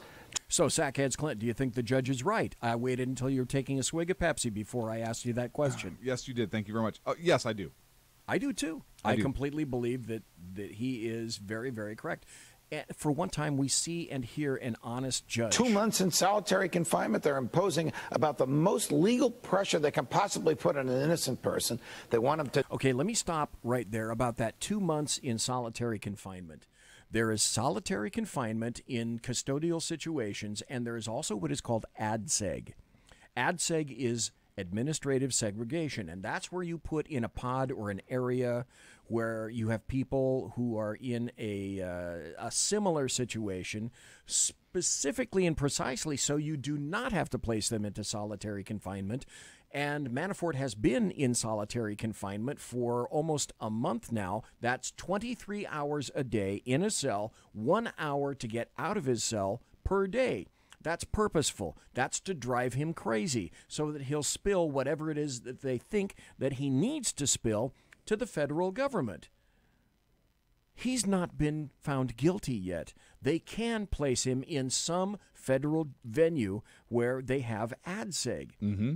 To me, this is cruel and unusual punishment. Squeal on something, they don't know what, on Donald Trump. The other argument is they're prosecutors. If they're looking for Russian collusion and they stumble on bank fraud, they can't look the other way. They have to keep digging and prosecute the bank fraud. Okay, fine, except the other thing that you and I both know is that Mueller could hand it off to another district. Yes. The originating district to handle, not the special counsel. The reason that he's not doing it is because he wants to squeeze Manafort to squeal. Whether he has anything to squeal about or not, that's the purpose. With the special prosecutor, as you said from the beginning, because you're going to find something along the way. Paul Manafort's lawyers are former federal prosecutors who are every bit as talented and experienced as the people on the other side of the courtroom. One of their arguments is this. Paul Manafort was investigated by the federal government, by a team of federal... Listen to this. This is the point. ...prosecutors and FBI agents for all this stuff 8 years ago, and they exonerated him. And who was the young prosecutor that led that exoneration? Wait for it. Rod Rosenstein, who now runs the Justice Department. And they have threatened to call Deputy Attorney General Rosenstein as their first witness and have him give to the jury all the reasons why he declined the prosecution of these charges 8 years ago. Would that not be grand as hell? And they Clint? should. Holy crap. Yes, and they should. Why would they not call the man who exonerated him for the same stuff he's being tried for now? You know, the other thing about this case that I thought was absolutely ridiculous is the fact that the prosecution supposedly was showing photographs of his closet and all his expensive suits, and that's a point to prejudice. That's yes. That's a terribly obvious. A 5-year-old could see. Well, I wonder why they're. Oh yeah, I get. Okay, I know where they're doing it. Yes. Yeah. So I think it's. Oh, that brings me. Do you remember the other line that came out of the trial today that T.S. Ellis told the prosecutors? It's not a crime. It's not a crime to be rich. Or it's not a crime to spend money or to flaunt your wealth or whatever. I forget the exact quote, but no, the exact quote was, "It's not a crime to be rich." Yeah, and that's exactly what the prosecutors are attempting to portray. Because that it is otherwise. Yeah, because I'm curious what the jury mix is, right? Because they're trying to paint this. Sorry, I'm getting a lot of feedback in my earpiece. They're trying to paint a picture of this rich guy has been living it up. I wonder what the jury mix is. I wonder who the prosecutor wanted for their jury. Did they want? It's half and half, male and female. However, that pool all came from a blue area, and essentially all the people that are in there. I have no idea what happened in Fort Dyer, but in any event. You can rest assured that from that particular area, I think it was out of Maryland, that most everyone there is going to be a government employee, and most everyone there is going to be of a certain amount of wealth themselves, so that may not play real well to them because they won't be paupers, for example. And that was going to be they're all going to lean left. That was going to be my question, right? Are they folks? Well, if they're going to be lean left, then that could be something, right? Because why aren't we giving that money elsewhere? That's a redistribution. He should be paying more because look what he can afford. That's why I asked. I wonder what that jury pool is or where they came from. Okay, let me throw this out in the mix too. One of the reasons I submit that the DOJ and the FBI are doing their level best to make sure that information does not come out to the forefront is this. If it's discovered that they acquired the FISA warrant improperly, and let's say that, and this is another issue, Devin Nunes has said quite frankly, specifically today on Tucker Carlson Tonight, that he believes that President Trump should remove all the redactions and make that FISA warrant, declassify it so that everybody can see what is in the FISA warrant and that it's predicated mostly upon crap. Now, if it's another if-then equation, if they do it, then during these trials, what do you have to prosecute Manafort for? What do you have to prosecute Flynn for? Papadopoulos, who's already copped various guilty pleas? You can go back, if this is revealed, you can go back and say, look, fruit of the poisonous tree doctrine, all this crap was gathered illegally, so now you have a pretty good idea why it is that these people are fighting tooth and nail to ensure that this information does not come to the light of day. It sinks everything. That is the foundation of everything that they're building right now. You remove that foundation, and all these charges go nowhere. The 12 Russians that they indicted, that's a poo-butt indictment. All those Russians are in Russia. And they know they're not going to go get them. And they're never coming back here. So they're not going to go get them in Russia. All the leftists are saying, we indicted 12 Ruskies. Right, and they'll never be back. Putin's not going to let him back. The American government's not going to go get him. No. Yeah, come on. It's a joke. But it plays well in the media. Napolitano does have a few more things to say. Do you think they have gotten anything from him? Has Mueller's team gotten what they wanted or needed or hoped to find from Paul Manafort? Absolutely. Anything at all? Absolutely not. In fact, on the steps of the courthouse this morning, after jury selection, this afternoon actually, and before these opening statements, Manafort's lawyer turned to the press and said, all deals are off. We will not settle anything. We won't give them anything. We're rolling the dice with the jury. I mean, collusion is one thing. By the way, collusion is... You're smiling. That's kind of a hell of a statement to make. What are you thinking, Sir Clint? A couple things. Number one, collusion is not a crime. No, correct. We've been through that. There's no such criminal statute as collusion. No. And that has to do with business, not campaign. Anyways, look, the fact that so how pissed off is Manafort's lawyer, right? And how confident is he? For a lawyer to come out saying all deals are off. we're rolling the dice with the jury. That's, as you well know, that's a massive statement. Oh yeah, in and of itself. Yes, right there. Yes, huge statement. And the fact that he's a former federal prosecutor. He knows the game. He knows the federal court system. You bet. He knows everything. He's seeing the way this judge is ruling. He's seeing the jury's reaction. He's looking at the government's case. He knows he's got Rod Rosenstein in his pocket. How Mueller doesn't look at this and say, we've got a loser. Look, federal prosecutors don't bring cases unless they know they can win them, right? Well, here's a statistic that I know, but I happen to know is still true. Yeah. The federal prosecuting system has a conviction rate of about anywhere from 95 to 97%. And the reason for that is very clear when you know the system. That is to say, the AUSAs will not take cases unless they are essentially guaranteed of a win, because each and every AUSA eventually, sooner or later, they want judgeships. They want to be a federal judge, which is an appointment for life. But here's the question. They BZ. politically can't afford to take but a here's dog. The question. But this is a special counsel case, correct? Right. So but is this Mueller has a reputation. He has a reputation of a terrier, and somebody is going to go down under his watch. And I don't quite think that he cares who. You think somebody on his team is going to go down under his watch? No, I think his point was, even if he doesn't find a thing, he's going to find something. And he's found some things. But as I stated before, these are crimes that he's found of process. Correct. Nothing more. Crimes of process. And they're still crimes. Right. Look, how many have you ever prosecuted a crime of process? Process to be prosecuted by somebody else. That doesn't fall under his jurisdiction. I agree. But nobody has the testicles or the huevos to say, no, today that's not your jurisdiction. You need to go back and do what we originally appointed you for. Yeah, but he's going to come out and say, oh, well, we prosecuted these people. We can't help what a jury says. We had the probable cause to bring this case forward. But my point is, his prosecutorial team, they don't work for the DOJ currently, correct? So they're not really... They're an adjunct counsel. Exactly. And that's kind of my... But they do answer to Rosenstein. But they're adjunct. Yes, but Rosenstein is still in charge, not Sessions, because Sessions is recused stupid himself.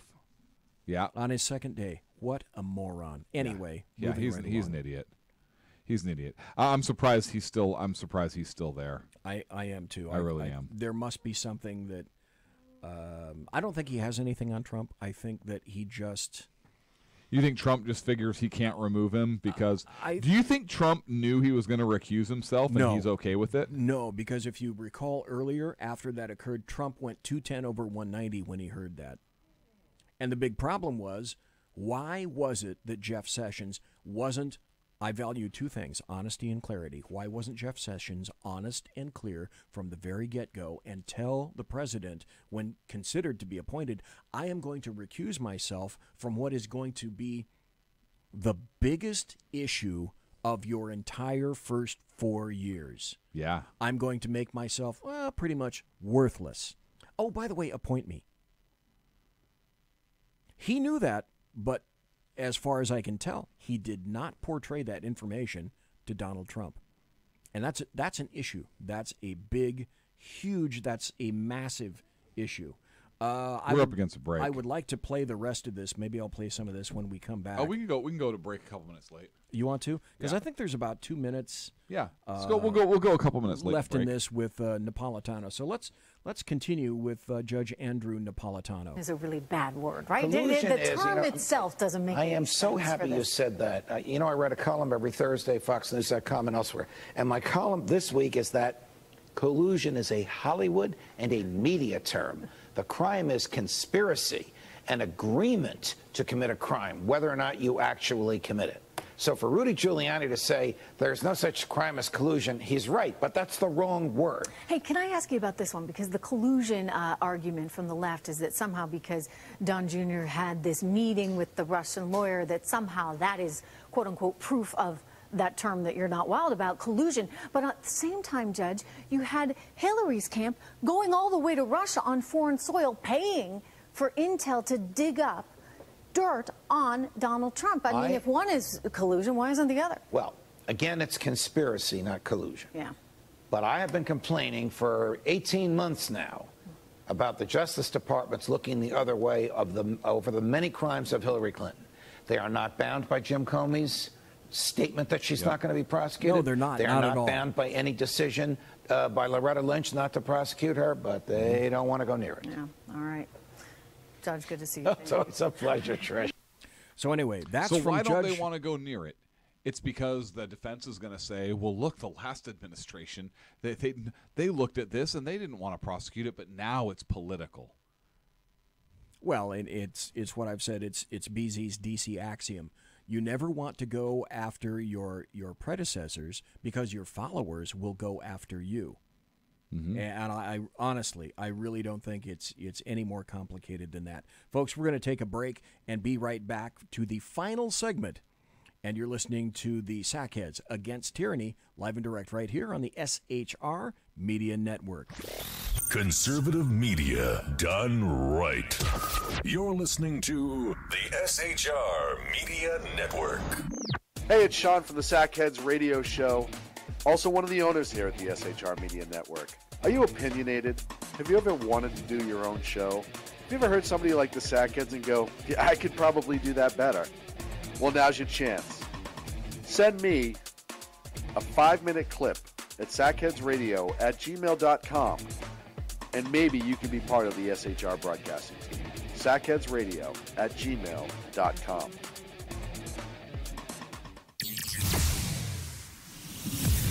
Broadcasting behind enemy lines in occupied California, a mere 2 miles from the state capitol, the bloviating Zeppelin's Berserk Bobcat Saloon Radio Show can be heard every Tuesday and Thursday night at 8 p.m. Pacific and 11 p.m. Eastern, only on the SHR Media Network. Go to shrmedia.com to listen. You can also watch on the SHR Media Facebook page and the SHR Media YouTube channel. No goldfish were abused in the making of this ad.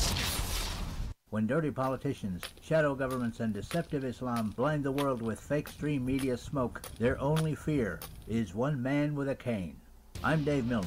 Join me through shrmedia.com, highplainstalkradio.com, and the Western Free Radio Network at Spreaker, YouTube, and iTunes for a different perspective weekly on the Unpleasant Blind Guy. And catch me on Jeff Mitchell's EDL Radio on blogtalkradio.com. There's no surrender ever. Because truth is not always pleasant. Hey guys, it's Sackhead Clint. I'm excited to tell you about a brand new show here on the SHR Media Network. I'm teaming up with the one and only all-powerful, the bloviating Zeppelin, sitting here to my left, bringing to you a fresh new show here on the network. It's Against Tyranny, and we'll be picking up where the Sackheads left off. Excited to be with you, sir. Sackheads Against Tyranny. We're going to chat. We're going to chat Wednesday nights. S-H-A-T. Sackheads Against Tyranny. Wednesday nights, 11 p.m. Oh, it's the same time, right? 11 p.m. Eastern, 8 p.m. Pacific. Same SAC time, same SAC channel. Yep. SHRmedia.com. See what I did there? It's your business diva here, Melanie Collette. I am inviting you to a front row seat as I discuss some of the most intriguing details of wealth and finance with today's movers and shakers in the world of business. Listen in and discover financial truths on a global, domestic, and household scale. Uncover topics that will impact your wallet today and in the future. Money Talk with Melanie airs Monday through Friday, 5 p.m. East, 2 p.m. West, right here on SHR Media and High Plains Pundit Talk Radio. You can't afford to miss it. Human by race, Christian by faith, American by nationality, and conservative by choice. Reverend Ralph J. Chittum Sr. is the right guy on SHR Media from 8:05 to 9 p.m. Monday through Friday. And if on the rare occasion I am ever wrong, I will still always be right. The right guy on SHR Media. Hey, this is Michael Wright. And I'm Shannon Wright. Join us for The Right Way with Shannon and Mike, Monday through Thursday from 7 to 9 a.m. right here on SHR Media. Why are they joining us? For fun things like sports, politics. Oh, maybe some news and entertainment? And all kinds of other things. Money and recipes and events, all kinds of stuff. Yeah, so join us Monday through Thursday, 7 to 9 a.m. here on shrmedia.com. Hey, BZ. So the plan's working. You got rid of Sacco. Sean is now stepping away. I never even saw him. And I know, and insidious. Insidious. You know, we talked about this for, for the last 3 years, and finally coming to fruition. You know I'm still in the room, right? It's almost like he's here still. Did you hear that? Yeah, it's kind of. It's amazing. It's kind of at you. It's kind of eerie. Poltergeist. Like a poltergeisty thing. Yeah, sackheads against tyranny. You're listening to the SHR Media Network. Folks, this is it. This is the final 25. The last 25 minutes. 2 hours of greatness when you listen to the Sackheads Against Tyranny show on the SHR Media Network with myself, the Bloviating Zeppelin, and with Sackheads Clint. It's 23 and a half. Here in the studio. I found this kind of... Yeah, It's 23 and a half. Left? Yeah. Oh, okay. Well, maybe that went a little long. Was that it? Did it just, it's like Brett Favre saying to somebody, go long. Go long. It's 23. Okay. And falling, so to speak. Here's an interesting observation, an interesting article. Donald John Trump was making noise like, I need to shut down, and I'm seriously considering shutting down the government if I don't get funding to build the wall. Knowing full well that that's pretty much the number one job that he was elected behind. People said build the wall. He said build the wall. And he wants to build the wall, and he has to get it funded because he's a very rich guy, but he doesn't want to throw all his money at the wall. Why not let the federal government pay for it? So, which it's securing their border, they should pay for it. Well, yes, because it happens to be, it comes under the federal venue. So, after that, of course, you could hear all the GOP sphincters clench shut, and then the Democrats, the LDAM, the leftist Democrats and American media maggots all said, shut down the government, that's heresy, you're advocating something terrible. And even, of course, the GOP, Mitch McConnell and Paul Ryan came in singing unison and said, well, we can't really consider that. Well, guess what? Once again, he played the crap.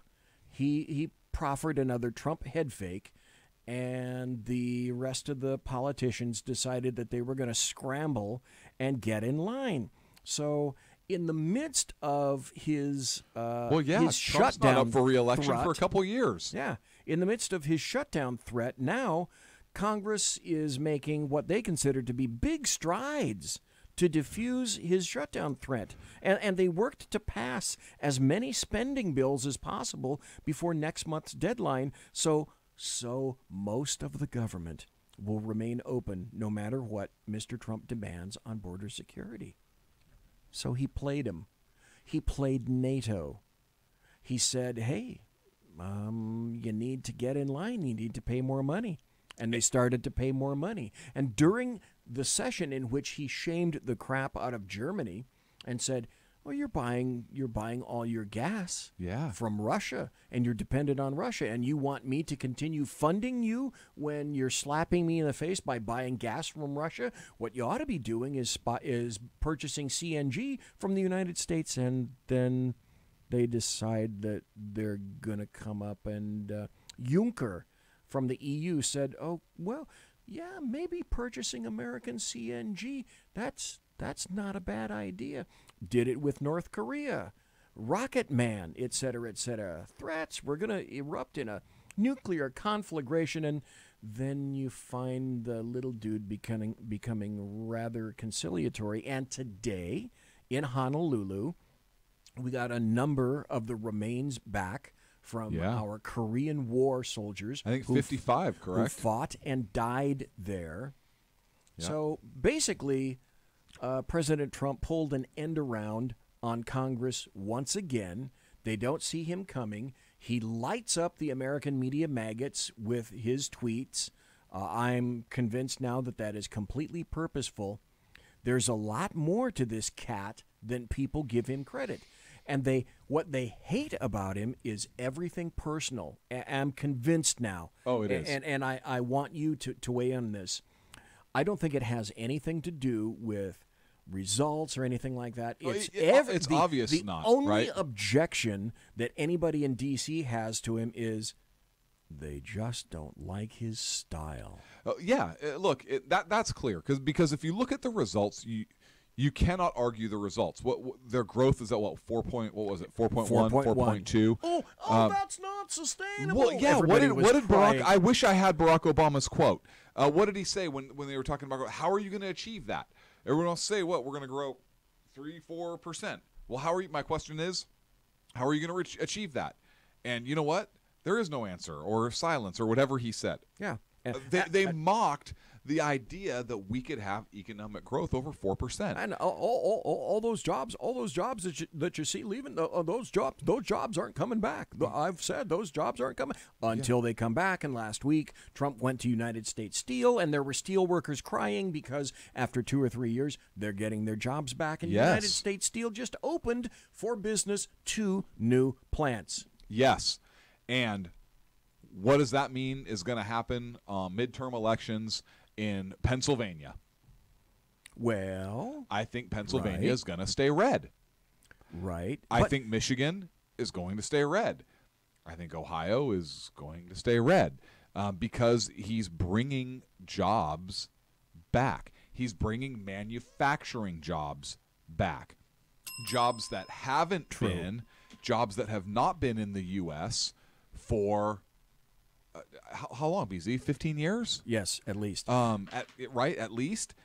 I mean, gosh, I remember going to see my daughter in Ohio, and she driving through Detroit. I had to go into Detroit to fly into Detroit, and it was I mean, you could tell Detroit used to be a booming town with the auto industry.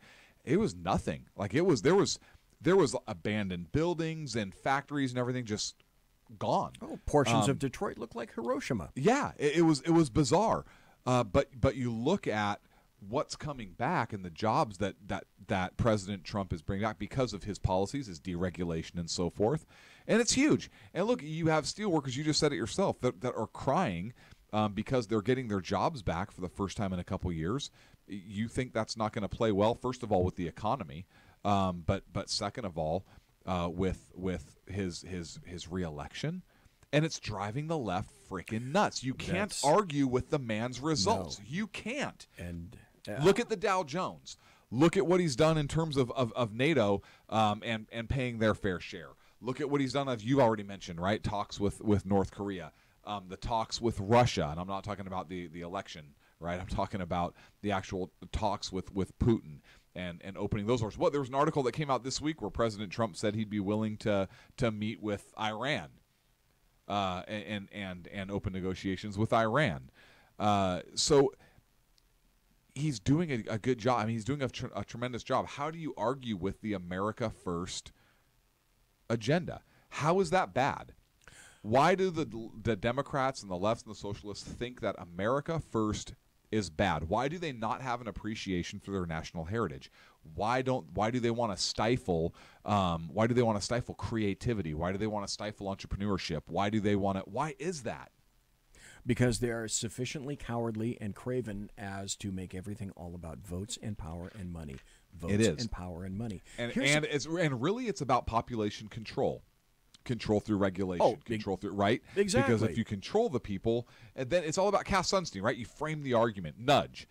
You nudge the people in the direction you want them to go. You frame their choices for them, so no matter what they choose, they're choosing something that is acceptable to you.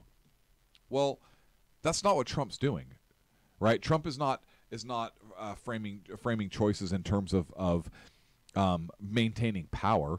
Donald Trump, in my opinion, is framing choices in order to further America, to make America better.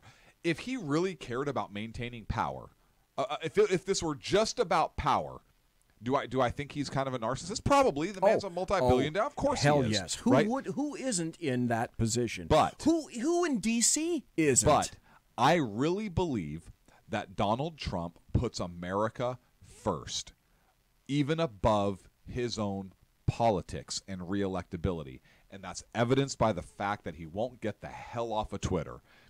He says whatever the hell he wants. That's very true. He tweets stuff out. He knows he knows that what he tweets gives people fodder. He knows that. He knows that there are people in middle America that don't like some of the things he tweets.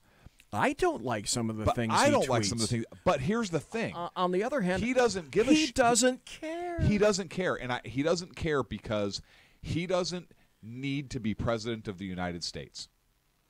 Donald Trump Absolutely. does not need to be president of the United States. He had a major multi-billion-dollar empire that he could have lived out the rest of his days and have been just happy no matter who was in power. But Donald Trump decided to run for president of the United States, and Donald Trump is making policies and changes and progress in order to bring America back. In my opinion, it is working.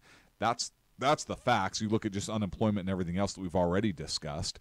And I think that even if I think that he's making these choices for the sake of the country and not for the sake of a re-election campaign. I completely believe I really do. Oh, I do too. And that's so rare for a politician. Every politician is trying to think about the next election, right? Oh, we're not going to rock the boat. I don't want to fund the border wall because I might not get reelected. Donald Trump doesn't care. I think if he gets to 2020, he'll address it then. I really don't think he's looking that far forward. He's giving all these rallies right now these days because he wants to make sure that he gets some kind of a return in November. Mm-hmm. But in the meantime, and these people all hate it, he is manipulating the hell out of Congress. Well, you look at who won the primaries in this election cycle. They were people who he endorsed. Yes. People he endorsed were winning. Yep. People that were anti-Trump got their butts kicked. The Senate cleared, a $154 billion package, and it funds the FDA, it funds the IRS, a bunch of other programs, and now the senators, because of him saying that he wanted to shut down the government if he doesn't get funding for the wall, they've already passed, because of his mouth music, 7 of the 12 bills needed to keep the government running. Oh, what about to fund the wall? I don't know. I don't know where that is. It might be part of it. I do not know. Yeah, but he might say, you know what? I'll sign these 11 if. But there's one right here that's going to keep everything open. I'm not signing this one right here just yet. You need to put something else in there. Well, and do you remember what he said about being thrust about the last bill that he didn't care for the budget being shoved onto his desk? He said essentially, I'll sign this now, but don't you bring me any more bills like this because I won't be signing them.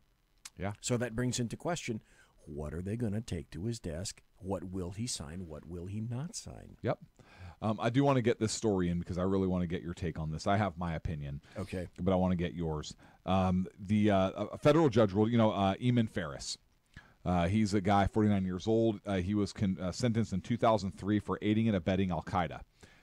His role, he supposedly was scoping out the New York Bridge as a part of a plot to cut the cables down on that structure. Holy crap. And bring it down. He met with Osama bin Laden in Afghanistan.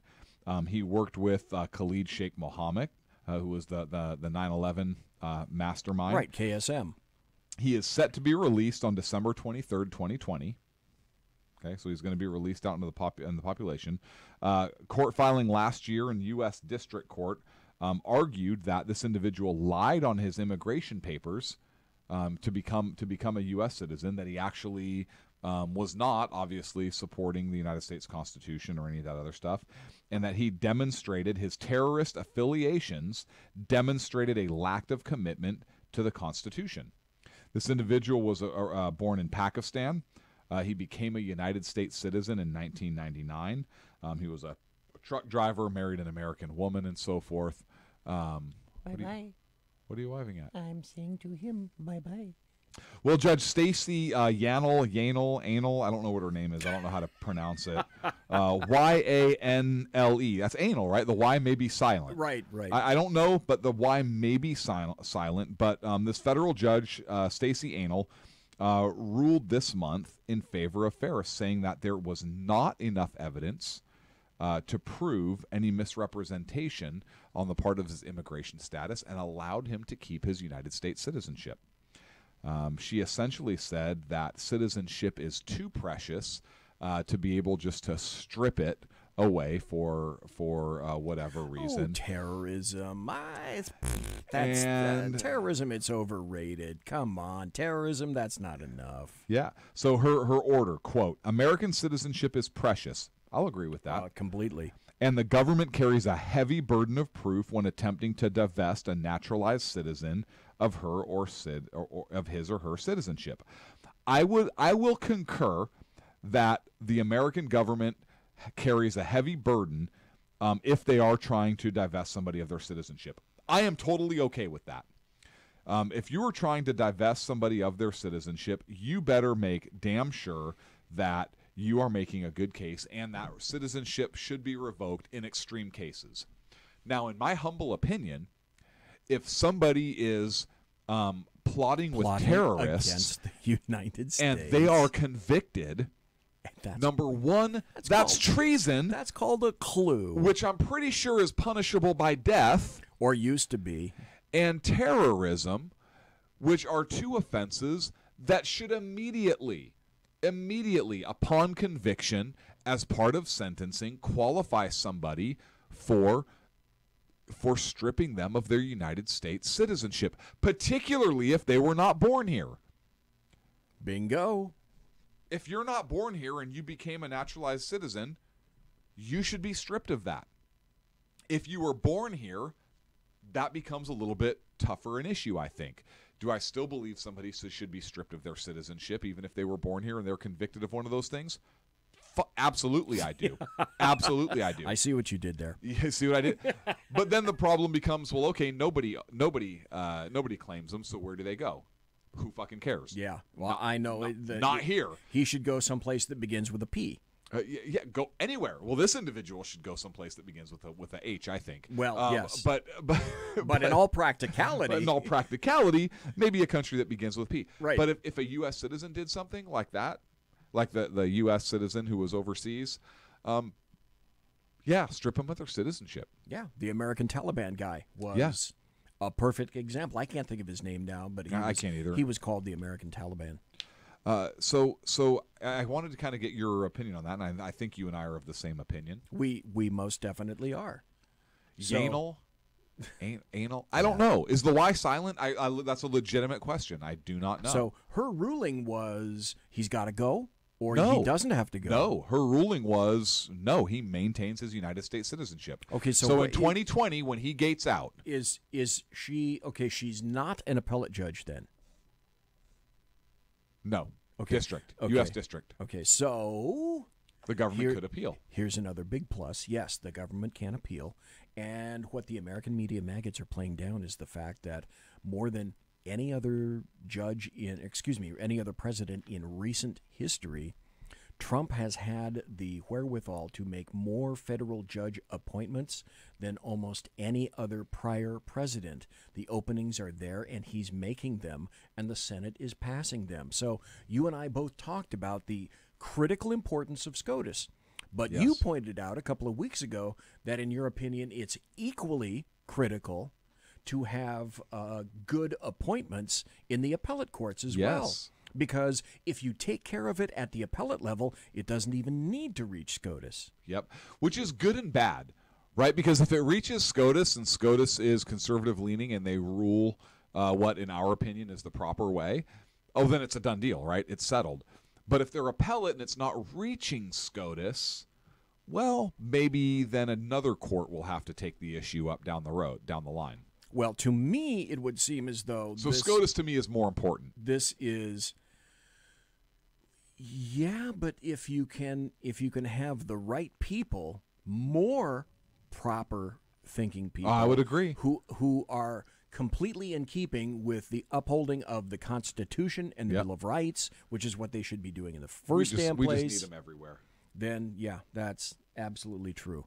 We just need them everywhere. We got about 5 more minutes left. Here's the last story of the night that we made reference to earlier, and you made reference to it as well. Recently, Mediaite came out with this information. Barack Hussein Obama makes recommendations as to who it is that he supports in the upcoming midterms right here. Yes. And Mediaite made this particularly salient observation that he came out of, they quantified it as he came out of hiding to endorse an array of Democrat candidates in the midterms. So there are 81 candidates that he came up with a list on, let's see, what was it? Oh, today, as a matter of fact. Yesterday, if you happen to be on the East Coast, in elections like governor and state senate, etc. So 81 people that he recommends. Who didn't he recommend? He did not recommend the Democratic Socialist out of New York. And to me, we know that he certainly has to be aware of her because, because she unseated like the number 2 Democrat in New York, the number 1 Democrat in the entire state of New York. And that's why I don't think she got his his backing. And so is this hesitancy on the part of Obama to go full in? No, it's calculated for Democrat socialism. Nope. So, I think he's a Marxist. I think there's enough evidence there to support my belief that he's a Marxist. I believe that he is completely on board with her ideology. Okay. I believe the reason he didn't endorse her is because the other guy was the number 2 Democrat in the House and number 1 in the state of New York, and they probably played a lot of golf together. There's still a lot of power there. And you're saying he pissed her off. Or, excuse me, she pissed him off. And she pissed him off. Yep, by challenging him. And I don't think that he endorsed her for those reasons. Because he probably said, "Hey, Barack, remember all those times I did X, Y, or Z? Don't endorse her, and if she loses, then I can run again next time, and everything will be right with the world." The guy's name was Joe Crowley. I remember that now. So you think it's a matter of politics. I do. But it's not a matter of philosophy. I do, absolutely. So I believe it's 100% politics. So you think what you're saying is he doesn't mind slapping her now, but in the future, all may be forgiven. Correct. Yep, absolutely. Okay. All right. That's, quite frankly, that's a hell of a statement to make. You disagree with it? No. I don't disagree with it at all.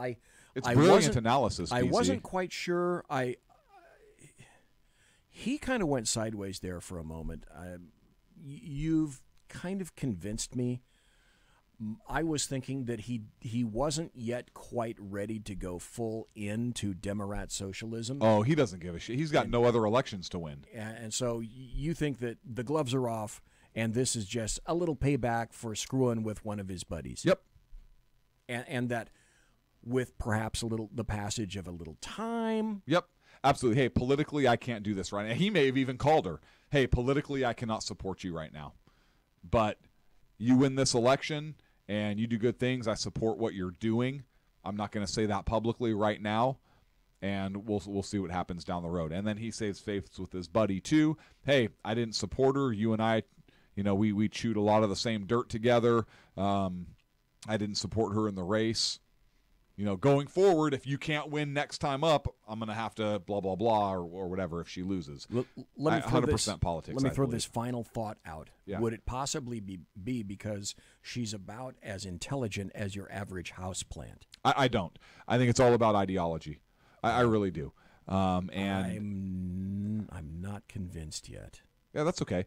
I believe that we know that there is a huge, I don't want to say civil war within the Democratic Party, but there is a huge identity crisis in the Democratic Party right now. Oh, thank God there is. And I think that Barack Obama, if you look at his policies and his background. So I believe he is a Marxist, and he is 100% on board with that. I believe that's the direction he wants to push. You look at the socialized healthcare. You look at the things that he wanted to accomplish. I 100% believe that he's on board with that and is okay with it.